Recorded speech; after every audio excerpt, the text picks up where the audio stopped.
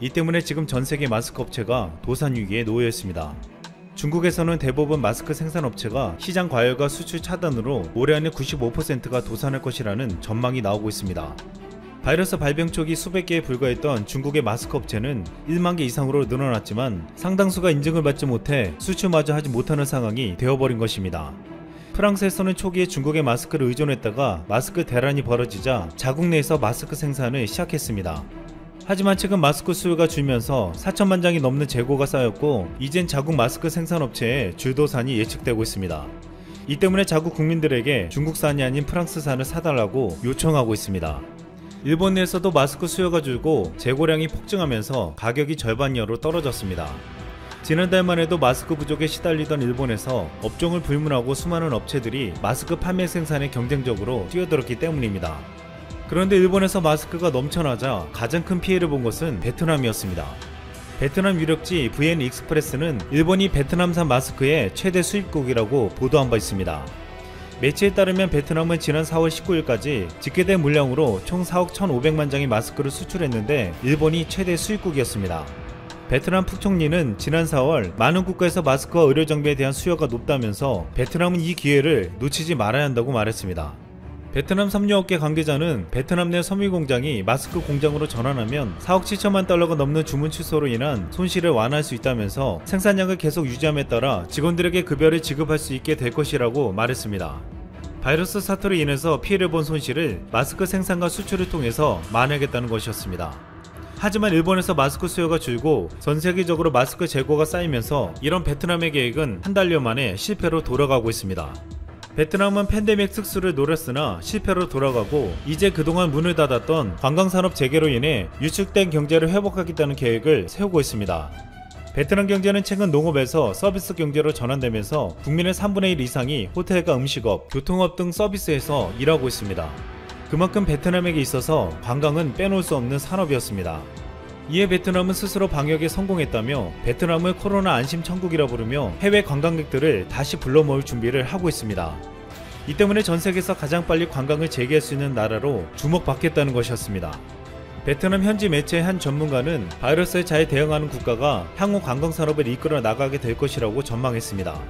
즉 베트남이 제일 먼저 관광을 재개해서 관광산업을 선도해 나가겠다는 것이었습니다. 선두를 자신했던 베트남은 지금 자신들을 따라오는 경쟁국들을 의식하고 있습니다. 베트남 외에도 피지, 스리랑카, 세이셸이 조기에 해외 관광을 재개할 수 있을 것이라고 예측하기도 했습니다. 또한 그리스, 스페인, 몰디브, 일본도 가까운 시일 내에 해외 관광을 재개할 계획을 세우고 있습니다. 특히 일본 정부는 120억 달러를 투입하고 일본을 방문하는 외국인 관광객에게 여행 비용의 절반을 지원할 예정입니다. 빠르면 7월 초부터 외국인 입국 제한 조치를 완화하고 관광비용 지원 프로그램을 시작하겠다고 했습니다. 아시다시피 베트남 관광산업이 성장했던 가장 큰 이유는 한국 관광객 때문이었습니다. 4년 전만 해도 동남아 여행하면 태국과 필리핀이 압도적이었습니다. 하지만 2015년 베트남을 방문한 한국인이 처음 100만 명을 넘겼고 이후 베트남의 한국인 시장은 폭증했습니다. 2017년 241만 명, 2018년 343만 명으로 늘더니 지난해에는 429만 명에 달했습니다. 최근 3년간 매해 100만 명씩 방문자가 증가했고 반면 같은 기간 태국과 필리핀은 100만 명대에 머물렀습니다. 베트남은 말 그대로 태국과 필리핀을 따돌리고 한국 관광객의 전폭적인 사랑을 받아왔습니다. 그럼에도 베트남은 이번 바이러스 사태에서 한국에 대해서 외교적인 무례를 저지르면서 그동안 호감을 가지고 있던 대다수의 한국인 관광객들의 등을 돌리게 만들었습니다. 가장 빨리 관광을 재개해서 추후 관광산업을 선도하려면 과거 압도적으로 많이 찾아오던 한국 관광객들이 찾아와야 하는데 지금 한국 내 분위기로 봐서는 베트남에 절대 안 가겠다는 여론이 절대적이기에 힘들다고 전망되고 있습니다. 지금 이 틈을 타서 베트남에 보란듯이 태국이 새로운 방침을 발표했습니다. 태국 정부가 제한적인 해외 관광객 입국 조치인 트래블 버블 시행을 위해 관광객 하루 1000명 커터 및 14일 격리 면제 방침을 논의 중인 것으로 알려졌습니다. 트래블 버블은 협의가 이뤄진 양국 간에는 서로 입국을 허용하는 조치로 거품 안에서 자유롭게 움직일 수 있지만 외부와는 왕래를 차단하는 개념입니다. 태국 아누틴 보건부 장관은 추진 대상 국가로 한국, 중국, 일본, 호주, 뉴질랜드, 베트남, 라오스, 미얀마와 일부 중동 국가들을 언급했습니다. 아직도 베트남에서는 입국하려면 14일간의 자가 격리를 하기 때문에 관광을 연다 해도 당장 들어가면 14일 격리돼야 하는 상황이 벌어지지만 태국은 14일 격리 면제 방침을 내놓으며 한국인 여행객들에게 편의를 제공하겠다는 것이었습니다. 아누틴 장관은 트래블 버블에 따른 입국자는 건강보험에 가입하고 입국 전과 입국 직후 건강 상태를 철저하게 체크해야 하지만 격리될 필요는 없다고 말했습니다. 아울러 구매력이 크고 동선 파악이 쉬운 골프 관광객과 기업인, 의료 관광객 등이 우선 고려 대상이라고 밝혔습니다. 태국에 이어 인도네시아도 한국에 대해서 우선 관광객 입국 허용을 준비하고 있습니다. 13일 안타라 통신 등에 따르면 해양투자조정부의 오노 마누우토 관광 담당 차관은 현재 외교부에서 한국과 중국, 일본, 호주 등 4개국을 대상으로 트래블 버블을 디자인하고 있다고 밝혔습니다. 오도 차관은 인도네시아와 4개국 간 여행 허용 기준을 마련하기 위한 논의를 진행 중이라며 기준이 나오면 각각의 나라와 협상해 2주에서 4주 뒤 트래블 버블을 시행할 것이라고 소개했습니다. 지금 태국과 인도네시아의 이러한 조치들로 인해서 한국의 관광객들은 이제 베트남이 아닌 과거 자주 찾던 태국의 방콕이나 푸켓, 인도네시아의 발리 등에 찾아갈 것으로 보이고 있습니다. 베트남에서는 아직도 한국인 입국을 허용하느냐 마느냐를 놓고 논쟁이 벌어지는 사이 바이러스 사태 이후 관광산업을 주도하는 나라는 베트남이 아닌 태국과 인도네시아가 될 것으로 보이고 있습니다. 베트남은 관광산업에서 최대 고객이었던 한국을 놓친 것에 이어 그동안 대규모 한국 기업의 투자를 받아왔지만 최근 조짐이 심상치 않습니다. 지난달 30일 베트남 푹 총리는 베트남의 효성 공장을 방문했습니다. 푹 총리의 효성 방문은 베트남의 감염병 사태가 안정세를 접어든 후 첫 기업 방문으로 알려졌는데 놀랍게도 지난 10년간 베트남 고위관리는 효성을 한 번도 방문하지 않았습니다. 지금 이 방문이 더욱 주목받는 이유는 효성이 지난 5월 베트남에 짓기로 한 섬유신 소재 아라미드 공장을 최근 울산으로 변경했기 때문이었습니다.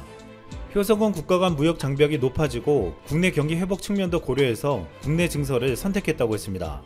하지만 일각에서는 이번 사태에서 베트남이 보여준 실망스러운 모습에서 효성은 국내를 선택했다는 말이 나오고 있습니다. 베트남으로서는 효성의 결정이 두려울 수밖에 없는 이유가 있었습니다. 효성은 지난해 초부터 12억 달러를 투자하는 대형 프로젝트인 효성 비나 케미컬 건설에 착수해 성공적으로 진행 중입니다. 베트남은 지금 경제 충격 극복을 위한 경기 부양책이 필요하며 이를 위해서는 무엇보다 외국인 투자 유치가 절실한 상황입니다. 여기서 효성이 마음을 돌린다면 큰 문제가 생기기 때문에 그 전에 황급히 챙기고 있는 것으로 보이고 있습니다. 그러나 이미 한국의 기업들은 베트남에 대한 투자를 줄이고 있습니다. 한국의 베트남 투자는 지난해 1위였으나 올해에는 5위인 것으로 집계되었습니다. 지난 2일 베트남 기획투자부와 VN 익스플로러 등 현지 언론 등에 따르면 지난달까지 베트남에 등록된 외국인 직간접 투자 규모는 138억 9천만 달러로 지난해 같은 기간보다 약 17%나 줄었다고 보도했습니다. 베트남은 사태가 진정되면 외국인 투자가 유입될 것으로 기대하고 있으나 이번 위기에서 보여준 베트남 정부의 대처 방식은 새로운 투자가 과거와 같이 이루어지지 않을 것이란 전망도 나오고 있습니다. 그럼에도 베트남 푹 총리는 2020년까지 5% 성장하겠다고 자신있게 공언했습니다. 푹 총리가 자신있게 말한 이유는 이러한 슬로건에 있었습니다. 코로나 안심천국 베트남, 탈중국하는 기업들 베트남으로 오세요. 베트남은 감염병으로 인해 숨지는 사람이 한 명도 나오지 않는 등 위기관리에 잘했다고 자신하고 있고 또한 미중 패권 경쟁으로 인한 경제적 반사 효과를 얻을 수 있다고 보았습니다. 실제 많은 미국의 글로벌 기업들이 중국을 빠져나와 베트남으로 가고 있습니다.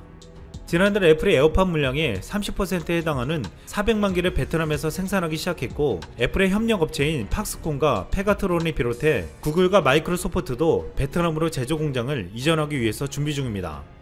하지만 메이드 인 베트남이 메이드 인 차이나를 대체하기에는 어렵다는 지적이 나오고 있습니다. 홍콩 영자지 아시아타임즈는 아예 불가능할 수도 있다고 단언하고 있습니다. 우선 양국의 경제 규모가 너무나도 차이가 난다는 것입니다. 2018년 기준으로 베트남의 GDP는 중국의 55분의 1 수준으로 중국의 제조업 근로자 수는 8억 명에 육박하는 데 비해 베트남은 5,500만 명 수준입니다. 여기에는 시장의 성숙도에서부터 노동력 수급 문제까지 엄청난 차이가 난다고 말하고 있습니다. 또한 중국과 베트남은 비교할 수 없는 내수시장의 차이를 가지고 있는데 1인당 GDP 기준으로 베트남은 아직도 리비아나 과테말라보다 순위가 낮습니다. 게다가 인프라에 있어서도 큰 차이가 난다고 했습니다. 중국 상하이 컨테이너 항구는 1년에 4천만 개의 컨테이너를 처리할 수 있는 데 비해 베트남 최대 항구인 호치민 항의 경우는 고작 연간 615만 개에 불과합니다.